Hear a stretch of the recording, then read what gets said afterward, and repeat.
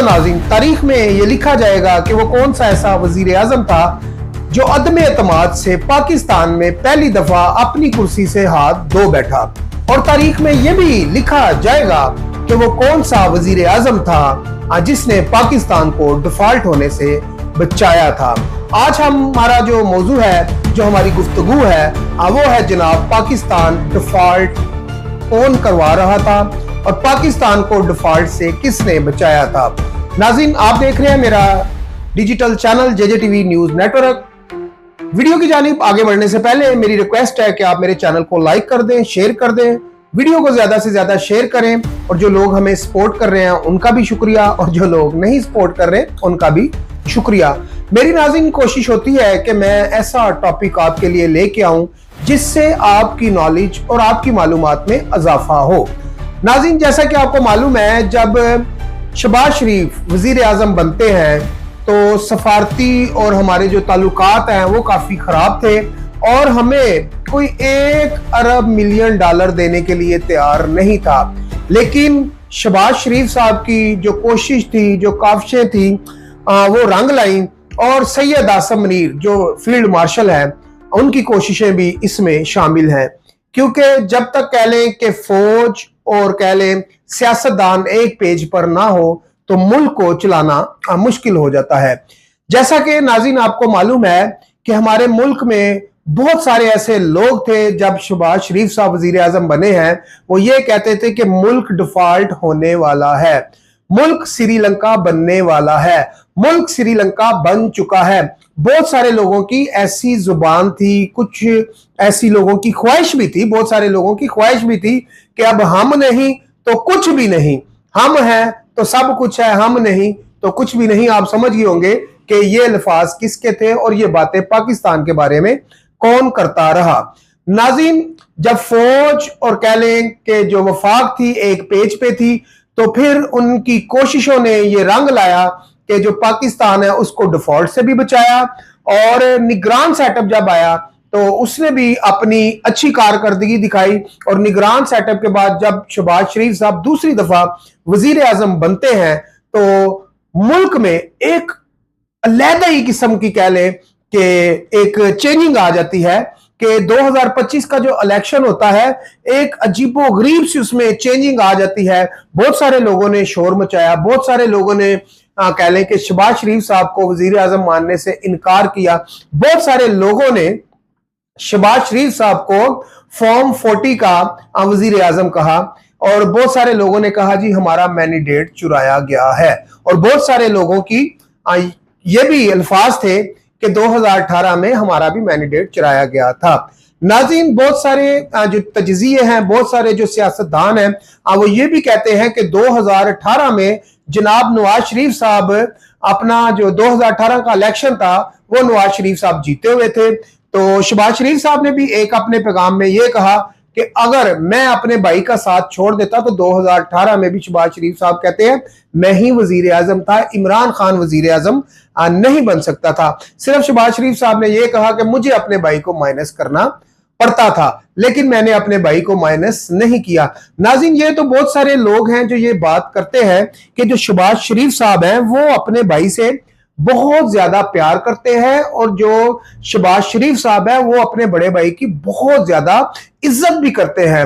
और उनके पूछे बगैर या उनके बताए बगैर जनाब शहबाज शरीफ साहब कोई काम नहीं करते, क्योंकि इतनी रिस्पेक्ट वो अपने भाई को देते हैं कि जिस तरह देनी चाहिए। नाज़रीन, अगर हम बात करते हैं 2025 के इलेक्शन के बाद, तो फिर भी हमें काफी सारे ऐसे चैलेंज थे जिसका सामना रहा। लेकिन मैं तारीफ करूंगा यहां पर कह लें कि जो इस वक्त शहबाज शरीफ साहब ने कुर्बानी दी, उनने कहा कि मुझे रियासत बचानी है, सियासत नहीं बचानी। क्योंकि नाजरीन, जब मुल्क को कह लें कि डिफॉल्ट से निकालना था, जब मुल्क को डिफॉल्ट नहीं होने देना था, तो फिर शहबाज शरीफ साहब ने बहुत से ऐसे मुश्किल फैसले लिए जिसकी वजह से कह लें कि जो आम अवाम है वो भी कह ले कि शहबाज शरीफ साहब के ऊपर तनकीद करना शुरू हो गई।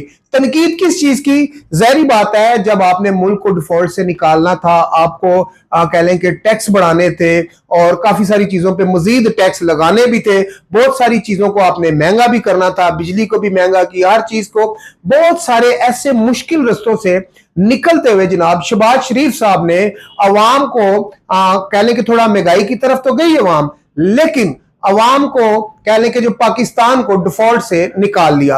होता क्या है कि जब अवाम को या पाकिस्तान को डिफॉल्ट से निकाल लिया जाता है तो शहबाज शरीफ साहब ने बहुत सारी ऐसी अपनी तकरीरों में कहा कि मैंने रियासत बचानी है, सियासत नहीं बचानी। जाहिर बात है, जब महंगाई होगी तो अवाम तंग होगी, क्योंकि अवाम ने जो वोट दिया था, अवाम अपना जो कह लें कि जो कैंडिडेट होती है वो इसलिए चुनती है कि जब हमारी मर्जी का, हमारी पसंदीदा जब कोई कैंडिडेट आएगा तो हमारी मर्जी के मुताबिक इस मुल्क को चलाएगा, महंगाई में कमी करेगा। क्योंकि नून लीग का, नाज़िम मैं आपको बता दूं कि जो मियां मोहम्मद नवाज शरीफ साहब हैं, 3 दफा के प्राइम मिनिस्टर रह चुके हैं और वजीर आला यानी कि पंजाब उनके पास बहुत दफा रह चुका है। वजीर आला जो है शहबाज शरीफ साहब भी 2-3 दफा रह चुके हैं और कहते हैं कि 1 दफा नवाज शरीफ साहब भी पंजाब के वजीर आला रह चुके हैं। जैसा कि अभी की हम बात करते हैं तो अभी जैसा कि आपको मालूम है कि जो वजीर आला है पंजाब की, नवाज शरीफ साहब की जो साहबजादी है मरियम नवाज साहबा है। तो नाज़िर, जैसा कि अभी की आप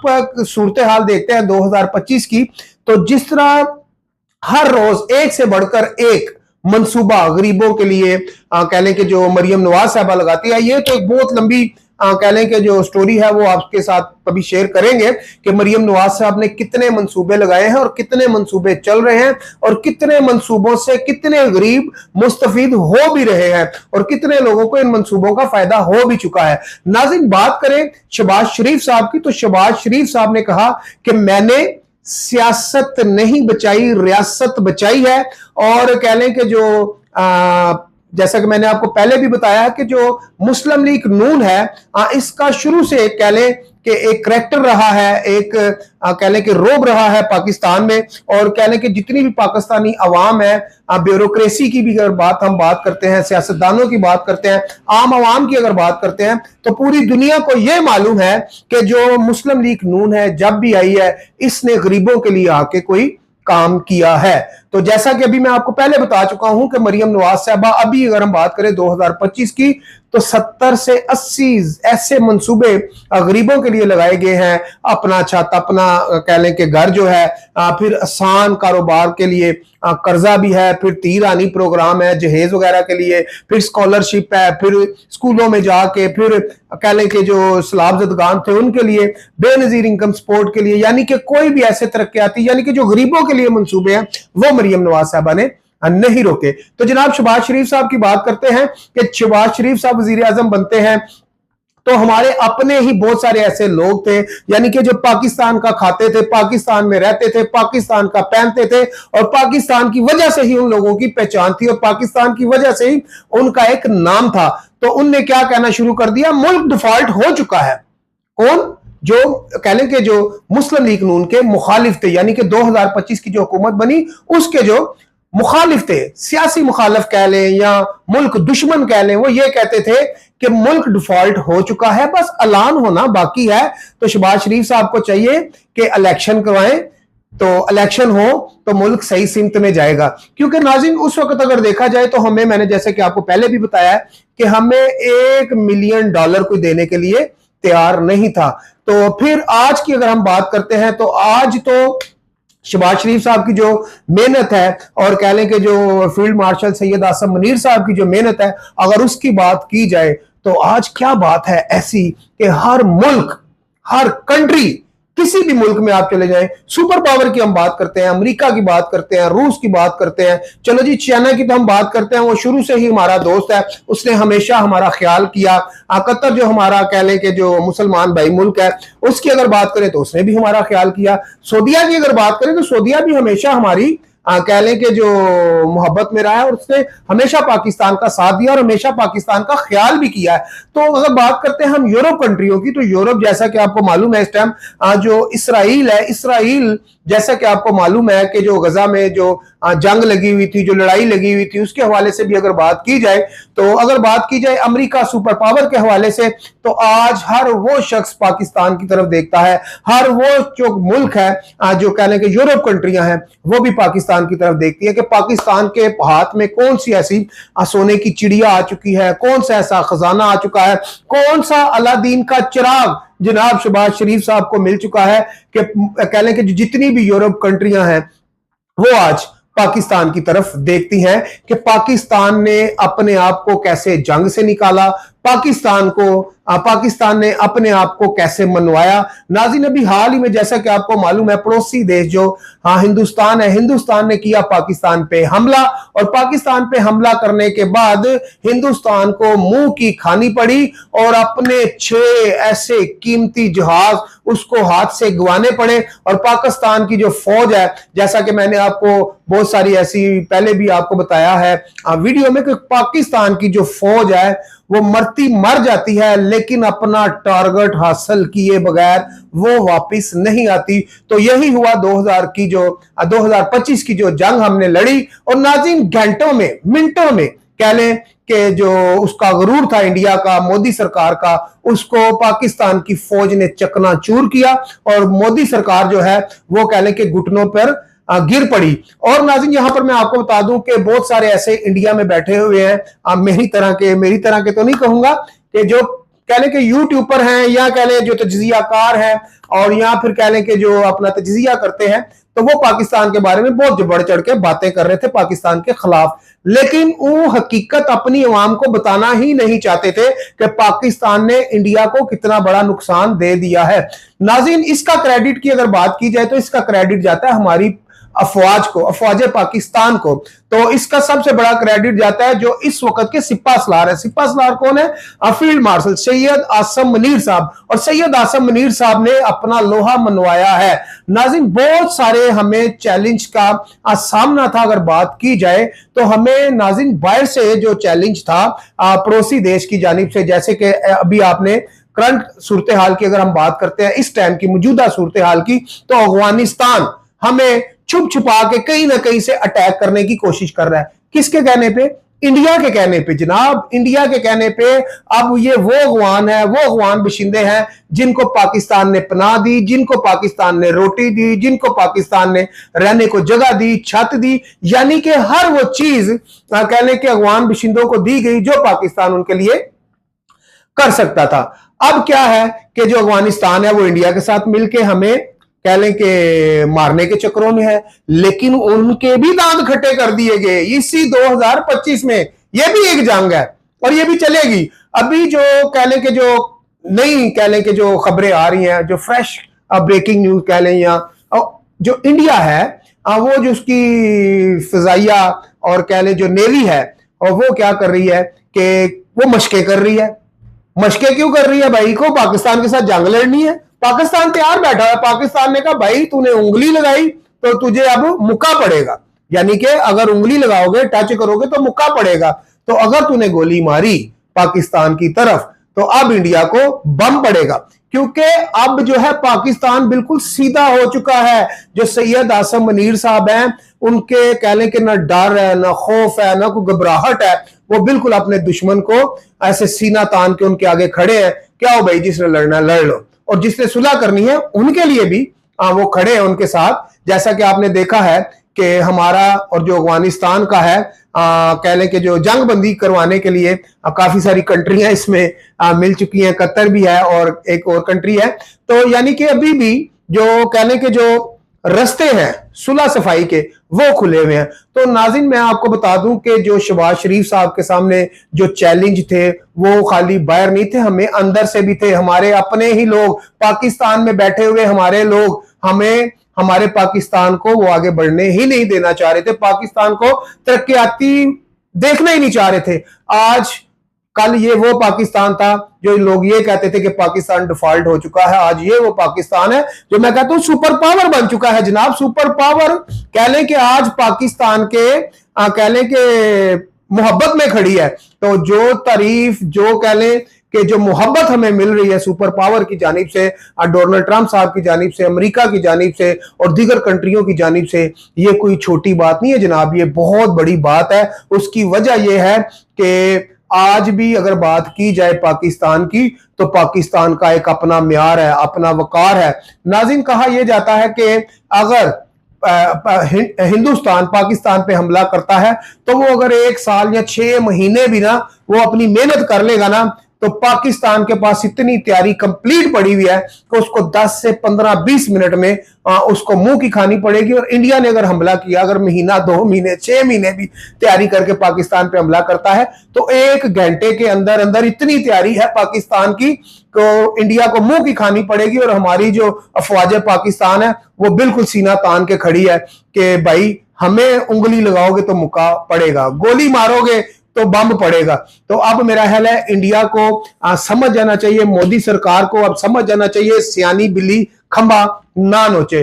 तो नाज़रीन, शहबाज शरीफ साहब की ये जो अनथक मेहनत है 2025, 2022, 2023, 2024, तो मैं कहता हूं 2025 भी शहबाज शरीफ साहब ने पाकिस्तान को बहुत ही जबरदस्त किस्म का कह लें कि बना दिया है। और पाकिस्तान में आज कह लें कि कोई ऐसी कंट्री नहीं है जो पाकिस्तान की तरफ नहीं देख रही, कोई ऐसी कंट्री नहीं है जो पाकिस्तान के साथ बैठना नहीं चाहती, कोई ऐसा वजीर आजम, कोई ऐसा प्राइम मिनिस्टर, कोई ऐसा कैंडिडेट नहीं है जो शहबाज शरीफ और सैयद आसम मुनीर साहब को मिलना नहीं चाहता। कोई ऐसी कंट्री नहीं है जो ये नहीं चाहती कि पाकिस्तान ने जिस तरह कह लें कि सऊदीया के साथ मिलके एक मुआहदा किया है कि पाकिस्तान पे हमला होगा तो वो हमला जो है कि सऊदीया और पाकिस्तान का हमला मुश्तरका समझा जाएगा। अगर सऊदीया पे कोई हमला करता है तो पाकिस्तान और सऊदीया का ये जो हमला है मुश्तरका समझा जाएगा। आज बहुत सारी ऐसी मुस्लिम कंट्रियां हैं, बहुत सारे ऐसे मुस्लिम मुल्क हैं जो ये चाहते हैं कि पाकिस्तान के साथ हम मिल जाएं। जिस तरह सऊदीया के साथ मुआहदा किया गया है, इसी तरह हम भी पाकिस्तान के साथ मुआहदा करें। अगर हमारे ऊपर मुसलमान मुल्कों के ऊपर हमला होता है तो ये हमला जो है सबके ऊपर तस्वर किया जाए। तो नाज़रीन, यहां पर मैं आपको एक और चीज बता दूं कि जो शहबाज शरीफ साहब हैं वो बिल्कुल कह लें कि अपना डटे हुए हैं पाकिस्तान को मजीद तरक्कियों की तरफ ले जाने के लिए, और अब उनका कोई रास्ता रोक भी नहीं सकता। और मेरी दुआ भी है कि पाकिस्तान को इन तरक्कियों को अब कोई रोक भी ना सके। और जिस तरह अनथक मेहनत है अफवाज पाकिस्तान की, अगवानियों के साथ वो लड़े, इंडिया के साथ वो लड़े, आए दिन जैसा कि आपको मालूम है कि बॉर्डरों पे तो लड़ाइयां होती रहती हैं, झड़पें होती रहती हैं। हमारी अफवाज पाकिस्तान के जो जवान हैं अमूमन शहीद होते रहते हैं, वो अपनी जान की कुर्बानी देते हैं इस मुल्क के लिए, इस पाकिस्तान के लिए, ताकि जो मुल्क पाकिस्तान की अवाम है, जो मुल्क है, वो कायम और दायम रहे। नाज़रीन, सियासतदान तो आते और जाते रहेंगे, पाकिस्तान कायम और दायम रहेगा। पाकिस्तान के लिए जिए, पाकिस्तान के लिए लड़े, पाकिस्तान के लिए मरे, क्योंकि ये है तो हम है। उसकी वजह यह है कि अगर मेरी जान जाती है तो मेरे 5 बच्चे हैं, मेरी बीवी है, मेरे बहन भाई हैं, वो तो महफूज रहेंगे ना। अगर मेरी एक जान जाने से, एक बंदे की जान जाने से, तो मेरा जो कुंबा है वो तो महफूज है ना। तो इसी तरह अफवाज पाकिस्तान में जितने भी कह लें कि स्पाई हैं, जितने भी सोल्जर हैं, जितने भी कमांडो हैं, और उनको मेरा सलूट है। और मैं आपको बता दूं नाज़रीन कि वो हमारे लिए अपनी जान का नजराना देते हैं, हमारे लिए अपनी जान की कुर्बानी देते हैं। नाज़रीन, जब हम 2025 की जंग इंडिया से जीते थे तो मैं यहां पर एक और चीज आपको बता दूं, वो क्या थी? वो ये थी जनाब कि जो रावलपिंडी से MNA है, इस टाइम रेलवे के वजीर हैं, ठीक है जी, हनीफ अब्बासी साहब ने एक रैली का इनेकाद किया। रैली निकलनी थी जनाब GHQ के पास से, और जो रैली थी उसने आना था फैजाबाद। तो उसकी कवरेज मेरे पास थी, रैली की मैं कवरेज कर रहा था, और हनीफ अब्बासी साहब की गाड़ी के साथ था मैं, चौधरी दानियाल साहब भी थे मेरे साथ, बैरिस्टर दानियाल साहब जो है इस टाइम MNA है। और नाज़रीन, जो उनकी गाड़ी के साथ साथ मैं भी था। और नाज़रीन, मुझे कुछ लोग ऐसे मिले, वो कौन लोग थे? वो PTI के जनाब लोग थे। उनने कहा जी ये रैली मुस्लिम लीग नून की नहीं बल्कि पाकिस्तान की है। तो यकीन करें मेरा सीना खुशी से चौड़ा हो गया कि यार ये जो हमने फर्क डाला हुआ था ना कि हम जी PTI के हैं, हम नून लीग के, हम पीपल्स पार्टी के हैं, नहीं भाई यार, हम सब पाकिस्तानी हैं। हमारे लिए सबसे जरूरी पाकिस्तान है। पाकिस्तान है तो आप हैं, मैं हूं, सब है और ये सब कुछ है। अगर पाकिस्तान नहीं तो ये कुछ भी नहीं। भाई जाओ फिर गोरों की गुलामी करो, ठीक है ना, फिर उनके कुत्ते ने लाओ जाके, फिर उनके बाथरूम साफ करो जाके। और भाई ये आजादी जो हमें मिली हुई है ना, ये पाकिस्तान की वजह से मिली हुई है। जब मर्जी सोते हैं, जब मर्जी उठते हैं, जब मर्जी खाते हैं, जब मर्जी पीते हैं, तो ये पाकिस्तान में आजादी है। जब मर्जी हम काम पे आते हैं, जब मर्जी काम से हम घर चले जाते हैं। अभी ये जो मेरा वीडियो का टाइम था, ये तकरीबन था जनाब, मैं आपको बता दूं कि 5 बजे का। मैंने 8 बजे शुरू किया। यार मुझे कोई पूछने वाला नहीं है, मैं आजाद हूं यार, मैं पाकिस्तानी हूं, मैं पाकिस्तान में आजाद हूं। तो नाज़रीन, आप पाकिस्तान में आजाद हैं, तो आपके लिए कह लें कि बहुत बड़ा अल्लाह पाक ने ये जो शहबाज शरीफ साहब वजीर आजम बनाया है ना, अल्लाह पाक नहीं, ये अल्लाह पाक की तरफ से होता है। वजीर आजम या बादशाह कोई भी है ना, हमें बड़े बुजुर्ग बताते थे, और किसी भी मुल्क का अगर कोई वजीर आजम बनता है ना, तो उसके पीछे, खुसूसन मैं मुसलमानों की बात करता हूँ, मुसलमान कंट्री की बात करता हूँ, कि हमें बुजुर्ग बताते हैं कि जब भी कोई बादशाह बनता है ना, जब तक उसके पीछे किसी फकीर का, किसी दरवेश का हाथ ना हो, वो बादशाह नहीं बन सकता। तो ये बात हकीकत है, और कुरान भी यही कहता है, हमें हदीस भी यही कहती है कि जो बादशाह है वो अल्लाह ताला कहता है मेरी मर्जी से है। और बाइबल में भी ये चीज लिखी हुई है कि जो बादशाह है वो अल्लाह कहता है मेरी मर्जी से है। तो यार आप जो भी बादशाह है उसको मंजूर करो, बस ये दुआ करो कि पाकिस्तान को सही सिमत में कौन लेके जा रहा है। तो जिस तरह मैंने आपको इंट्रो में कहा था कि तारीख में लिखा जाएगा कि कौन सा ऐसा वजीर आजम था जो दमे तमाद में गया। पहला पाकिस्तान का वजीर आजम वो था इमरान खान। और पाकिस्तान का कौन सा ऐसा वजीर आजम था जिसने पाकिस्तान को डिफॉल्ट होने से बचाया, श्रीलंका बनने से बचाया, वो था शहबाज शरीफ। और शहबाज शरीफ साहब कह लें कि तारीफ के इस टाइम कह लें कि तारीफ उनकी करनी बनती भी है, क्योंकि पाकिस्तान है, आप हैं, मैं हूं, हम सब हैं। इसी के साथ अपने भाई सुल्तान को इजाजत दीजिए, मिलते हैं अगली वीडियो में। अल्लाह हाफिज।